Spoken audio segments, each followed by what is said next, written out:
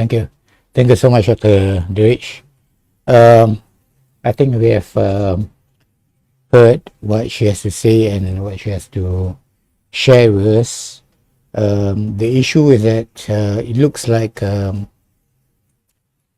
authoritarianism has shifted from the east to the west, in a way, to put it bluntly, right? Yeah. I think with that, I would like to welcome if you have any questions from the from all of you over here. Yeah. Probably anyone to break the ice first. No one? No? Anyone? Peter?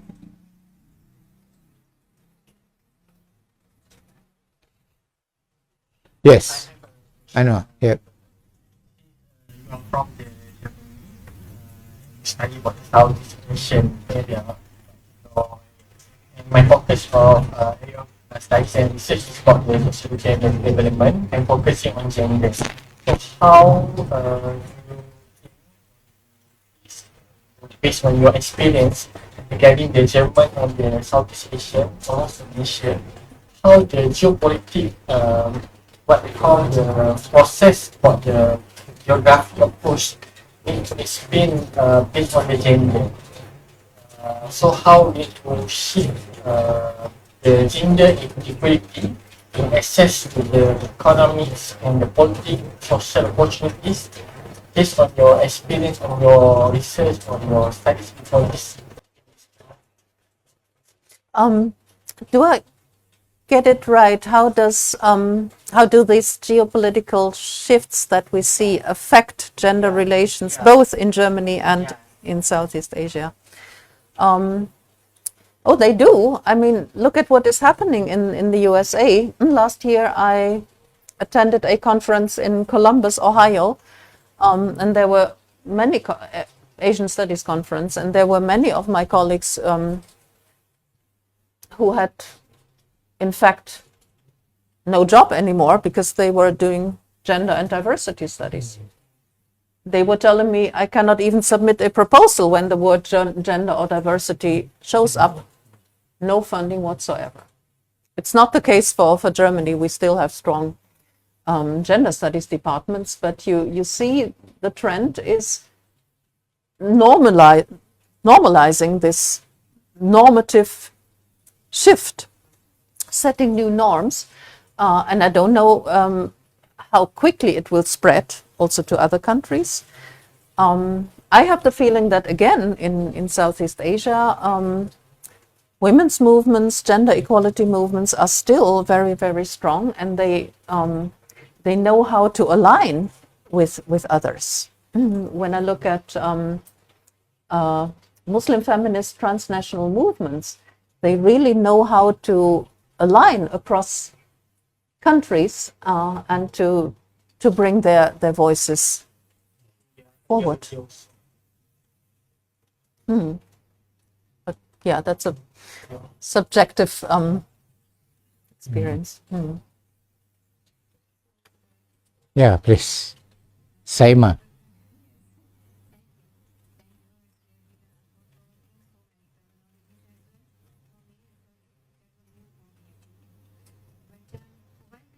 Can you speak louder, please?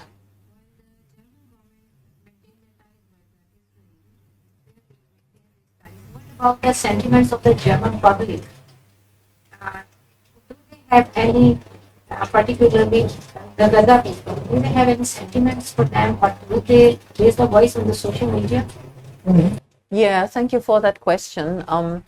I think it's almost similar to what Nader Hashemi was mentioning for the Arab regimes or the political authorities and the so-called Arab Spring or the people in the Gulf countries, for example.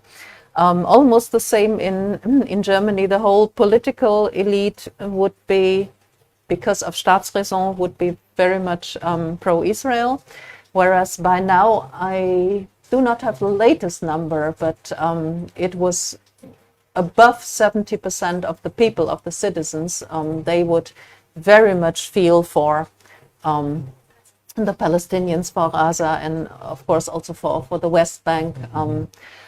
And this is ongoing. We do have media outlets that are very brave.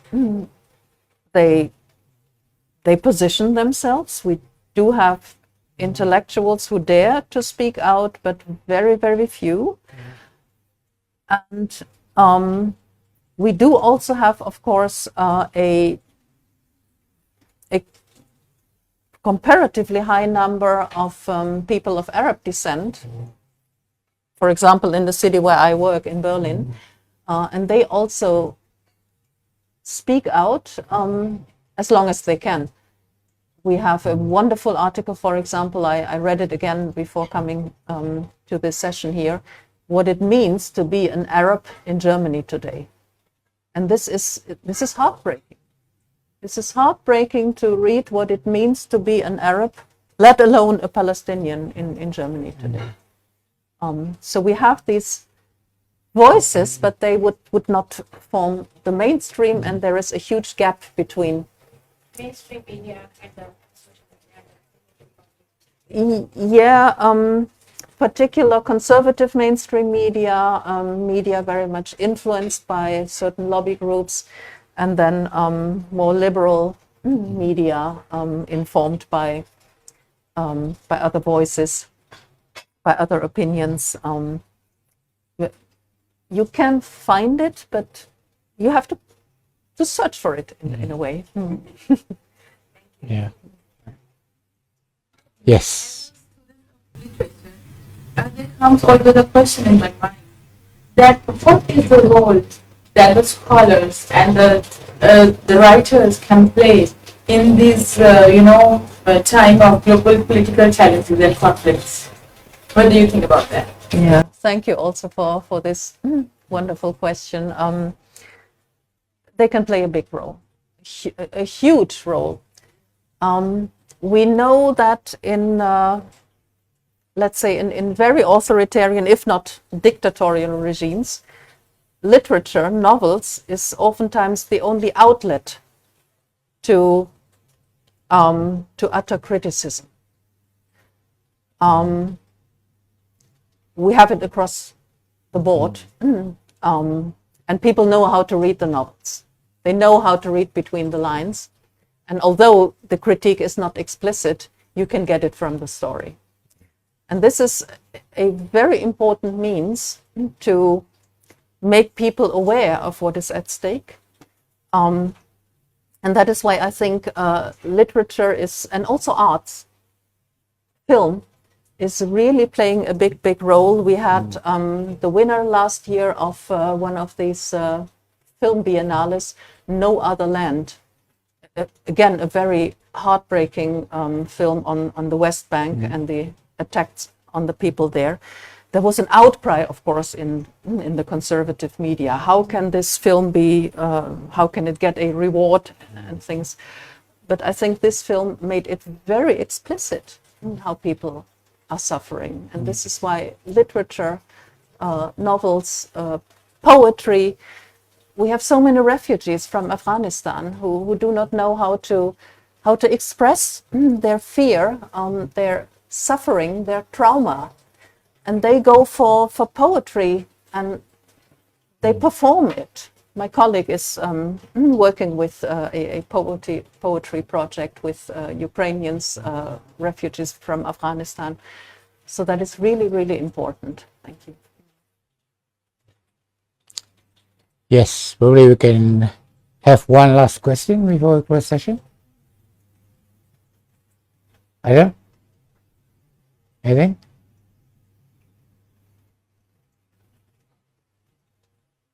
Adam? Anything?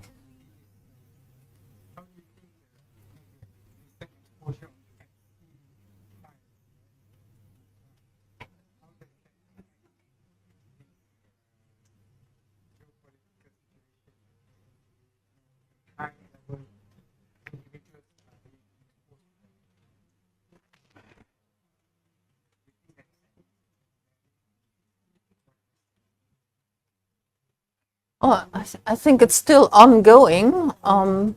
and we still have to see what comes out of it when the highest political authority in the United States is of the opinion that all is now said and done. It might need a huge social protest movement, but I'm honestly unable to predict an outcome at this point in time. Yeah. Peter, yep. Your comment about reading an article about a Palestinian experience or an Arab's experience in Germany, we found it really heartbreaking. I just wanted to know, then equally, are there articles writing about the gratitude which the Arabs have to Germany? They took 1 million refugees, and most of it, I believe it was quite unpopular. But they did, because she thought it was morally right. And so equally, it's a gratitude for what Germany did. Yes, I would fully agree. That was a morally sound behavior. It happened when Chancellor Merkel was still in power. Personally, I appreciated it very much. But what we have seen is a shift then, particularly in conservative circles, when people had the feeling it's too many refugees now. We can't cope anymore. In not only in the big cities, but also in small towns, there was the feeling we can't cope anymore. And then you see, it was a tipping point. And ever since, there is quite a reluctance to be generous and open for refugees. Ukraine, of course, again was another story, because the geographical distance is not that far. But in general, the mood and the discourse has really shifted towards be cautious. When you have been extremely generous, you would expect a certain amount of caution, because there is a limit. Saudi Arabia, how many Syrian refugees did they take? United Arab Emirates, Bahrain, hardly any. How do you explain that? Yeah. So I think you should, I take off my hat to Germany, and you should be very proud of your people. They are a great people. For what they did. Yeah, thank you. Yeah, in that regard, I would second your opinion. I think, but what Prof. Derichs was trying to say was there was kind of a shift, right, in the attitude from the previous government to the current situation right now. Yeah. That's the problem. But equally, you see so many reports of stabbing in trains, crashing into Christmas markets. This is so shocking for the German people. So naturally, there'll be a pushback, there'll be a blowback. You think we allowed 1 million people, we provide for them, we are so generous with accommodation, schooling for the children, wanting them to come up in Germany. We are repaid like this. I know it's a minority, but I want to understand why there's the shift, because there's also a certain type of behavior unacceptable and immoral, and we have to call it out. Yes, it's cases that nobody would subscribe to. It Having means the headline. yeah, The minority. The vast majority are wonderful, peaceful people. Like that. yeah. If it weren't for, I mentioned the term for securitization that is taking place. making refugees responsible for all sorts of things that are not good in Germany. This is a connection that is drawn by very right-wing extremist figures, and this, I think, is wrong. When you have somebody running with a car into the Christmas market, when you have somebody stabbing, have you looked at what the person has gone through before? Have you looked at the conditions under which the person had to live? Have you tried to treat the trauma that the person has gone through? These are all contexts that the newspapers then gloss over or don't tell you. And the very right-wing figures, they would just pick it up and say, see, again somebody who's stabbed, again somebody not being a German person. And this securitization, this I think is scary. Otherwise, I fully subscribe to what you say. Your voice suppressed, pointing out the securitization, is it suppressing? Yeah, Or they do? yeah, very much so. All right. Any other? Yeah, you have question? You are political science student. Okay, yeah. I'm sorry, I might think that I missed part of the lectures and just skims your articles. But can you let me understand in terms of how the process geography itself contribute to the area study? Because I think it's a wonderful thing to be addressed, because in area studies itself, it doesn't have a discussion or literature regarding how a region came to be. Like how is Southeast Asia right now? When we talk about Southeast Asia, there's an overlapping in terms of regions. There's a free-open Indo-Pacific. The Indo-Pacific from the Westerns, and also ASEAN from inside the region itself. So, can we understand regarding the borders that you trying to set in terms of process geography? Because I think it's wonderful to be addressed, but I didn't think it's have the boundaries that could set the ideas of process geography in terms of because it's complex network and how the region came today. Yeah, thank you. With this notion of process geographies, we would go beyond these established borders. This doesn't mean not recognizing Southeast Asia as a region anymore, not recognizing the borders of the nation states, but let's say you have a palm oil plantation somewhere and you have workers there and they work under very hard conditions. And then you have people who are processing the palm oil, and then you have people who are carrying these products to I don't know where, maybe Europe, and then you have people in European shops who are selling the cooking oil or whatever has been produced from palm oil.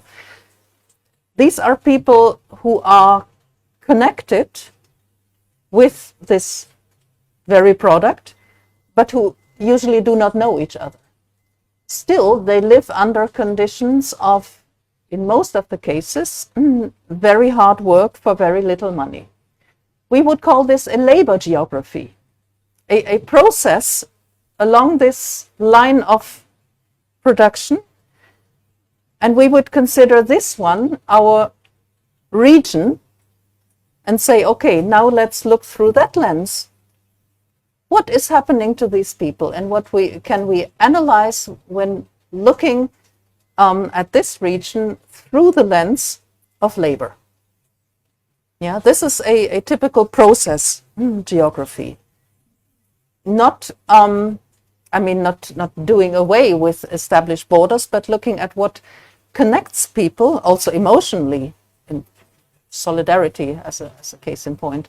And when we look through that lens, what can we analyze? And this is the approach. Simplest term that I could summarize is more on the niche or the common theme regarding the area studies rather than territory. Yeah, we go for themes rather than for geographies. geographies in the territorial or maritime sense. Yeah. Welcome. Yes, okay. Saima, you're good? All right. Thank you so much, Prof. Derichs. Thank you for being here, and thank you for sharing your knowledge with all of us. My pleasure. Yeah. I think now we are more well versed about your area of interest in research, and I think that many of us who are not well versed in international relations or political science, we have to read more about these topics. So thank you so much, and with that, I would like to invite all of you for dinner, and we close our session with Tasbih Kafara. Subhanakallah.